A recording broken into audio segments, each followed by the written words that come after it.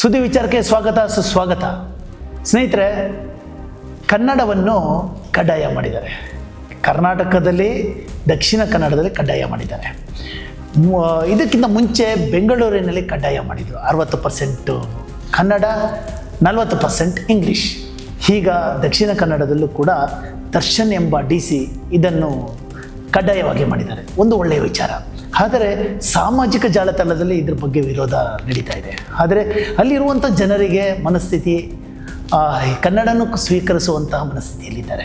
ಯಾಕೆಂದರೆ ಅಲ್ಲಿ ಜನ ಸ್ವಭಾವನೇ ಹಾಗೆ ಇನ್ನೊಂದು ಬೇಸರವಾದ ಸಂಗತಿ, ಈ ಸಾಮಾಜಿಕ ಜಾಲತಾಣದಲ್ಲಿ ಹೇಗಾಗಿದೆ ಅಂದರೆ, ಯಾಕೆ ಕನ್ನಡ ಭಾಷೆಯನ್ನು ನೀವು ಏರ್ತಾ ಇದ್ದೀರಾ?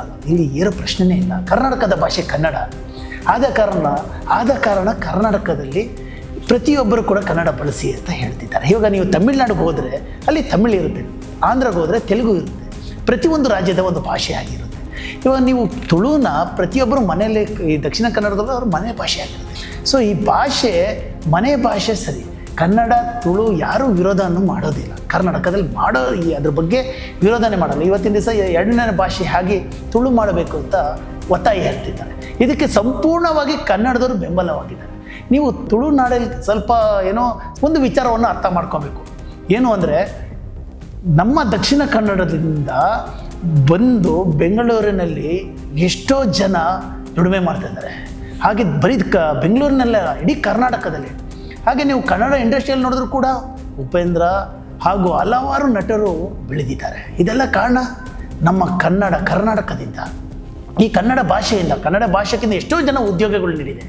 ಈ ಬ್ಯಾಂಕಲ್ಲಿ ನೀವು ಉದಾಹರಣೆ ತೊಗೊಂಡ್ರೆ, ಕಾರ್ಪೊರೇಷನ್ ಬ್ಯಾಂಕು ಹಾಗೆ ಸಿಂಡಿಕೇಟ್ ಬ್ಯಾಂಕು, ಇದನ್ನೆಲ್ಲ ನಮ್ಮ ದಕ್ಷಿಣ ಕನ್ನಡದವರೇ ಶುರು ಮಾಡಿರೋ ಸ್ವಾಮಿ. ಇದಕ್ಕಿಂತ ಎಂಥ ಬೆಂಬಲ ಬೇಕು? ಸೊ ಇಲ್ಲಿ ಬೆಳೆಯುವಂಥದ್ದು ನೋಡಬೇಕು. ಇವಾಗ ನೀವು ಬಾಂಬೆಗೆ ಹೋದರೂ ಕೂಡ ಉದ್ಯಮ ಫೀಲ್ಡಲ್ಲಿ ನಮ್ಮ ದಕ್ಷಿಣ ಕನ್ನಡದವರು ಬಂದಿದ್ದಾರೆ. ತಮಿಳ್ನಾಡಲ್ಲಿ ಕೂಡ ಇದ್ದಾರೆ. ಅಲ್ಲಿ ಏನು ಮಾಡ್ತಾರೆ, ಅಲ್ಲಿನ ಭಾಷೆ ತಮಿಳು ಮಾತಾಡ್ತಾರೆ. ಹೋಟ್ಲು ಉದ್ಯಮದಲ್ಲಿ ಇರ್ಬೋದು, ಅಲ್ಲಿನ ಭಾಷೆ ತಮಿಳು ಮಾತಾಡ್ತಾರೆ. ಆದರೆ ಮನೆಯಲ್ಲಿ ತುಳು ಭಾಷೆ ಮರೆಯಲ್ಲ. ಇನ್ನೊಂದು ವಿಚಾರ, ಬ್ಯಾಂಕ್ಗೆಲ್ಲ ಹೋದಾಗ ನಮ್ಮ ಉಡುಪಿ ಭಾಷೆ ಕೇಳಿದಾಗ ಎಷ್ಟೊಂದು ಜನ ಖುಷಿಯಾಗೋದು. ಈ ಭಾಷೆ ಅನ್ನೋದು ಯಾರೂ ವಿರೋಧ ಮಾಡಿಲ್ಲ, ಒಂದು ಖುಷಿಯಾಗಿದೆ. ಆದರೆ ಇವತ್ತಿನ ದಿವಸ ಹೇಗಾಗಿದೆ ಅಂದರೆ, ವಿರೋಧ ನಡೀತಾ ಇದೆ. ಯಾಕೆ ಅಂತೀರಾ? ಉದ್ಯೋಗ ವಿಚಾರದಲ್ಲಿ ಹಿಂದಿಯವರಿಗೆ ಜಾಸ್ತಿ ನೀಡ್ತಾ ಇದ್ದೀರಾ. ನಮ್ಮ ಮನೆಯಲ್ಲಿ ನಮ್ಮ ಮಕ್ಕಳಿಗೆ ಕೆಲಸ ಕೊಡಿ ಅನ್ನೋ ವಿಚಾರವನ್ನು ತುಂಬ ವೈರಲ್ ಆಗ್ತಾ ಇದೆ. ಈ ರೀತಿ ವಿಚಾರಗಳು ಧ್ವನಿ ಆಗಬೇಕು. ಮೊದಲು ಕೆಲಸ, ದುಡಿಮೆ, ಇದ್ರ ಬಗ್ಗೆ ಕರ್ನಾಟಕದವರು ಕನ್ನಡ ಮಕ್ಕಳಿಗಾಗಿ ಹೋರಾಡುವಂಥ ದಿನಗಳಿದೆ. ಇದ್ರ ಬಗ್ಗೆ ಧ್ವನಿ ಆಗಬೇಕು. ಅದನ್ನು ಬಿಟ್ಟು ನಮ್ಮ ಭಾಷೆ, ನಮ್ಮ ನಾಡಿನ ಭಾಷೆ ವಿರೋಧ ಮಾಡೋದು ಎಷ್ಟು ಮಟ್ಟಿಗೆ ಸರಿ ಅನ್ನೋದು ಇನ್ನೊಂದು ಪಂಥದ ಜನದ ವಾದ.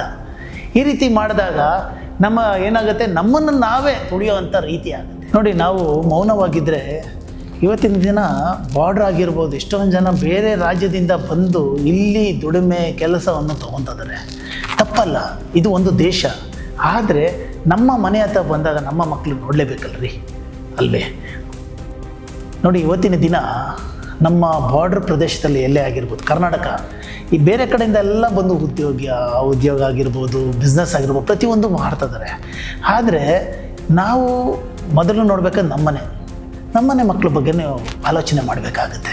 ಒಂದು ದೇಶ ಅಂದಮೇಲೆ ಎಲ್ಲರಿಗೂ ಸ್ವಾತಂತ್ರ್ಯ ಇರುತ್ತೆ. ಎಲ್ಲಿ ಬೇಕಾದ್ರೂ ಹೋಗ್ಬೋದು, ಬಿಸ್ನೆಸ್ ಮಾಡ್ಬೋದು, ಎಲ್ಲಿ ಬೇಕಾದ್ರೂ ಬೆಳಿಬೋದು.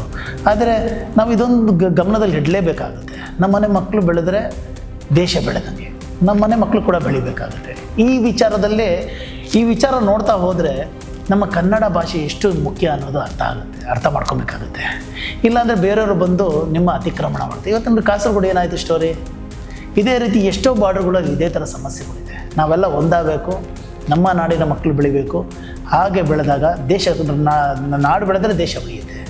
ಇದು ಕರ್ನಾಟಕದ ಜನರ ಅಭಿಪ್ರಾಯ. ಇದನ್ನು ನಿಮ್ಮ ಮುಂದೆ ಸುದ್ದಿ ವಿಚಾರ ವಾಹಿನಿಯಿಂದ ನಿಮಗೆ ತಿಳಿಸಿದ್ದೇನೆ. ವಿಚಾರ ಸರಿ ಇದ್ದರೆ ಶೇರ್ ಮಾಡಿ, ಕಮೆಂಟ್ಸ್ ಮಾಡಿ. Thank you.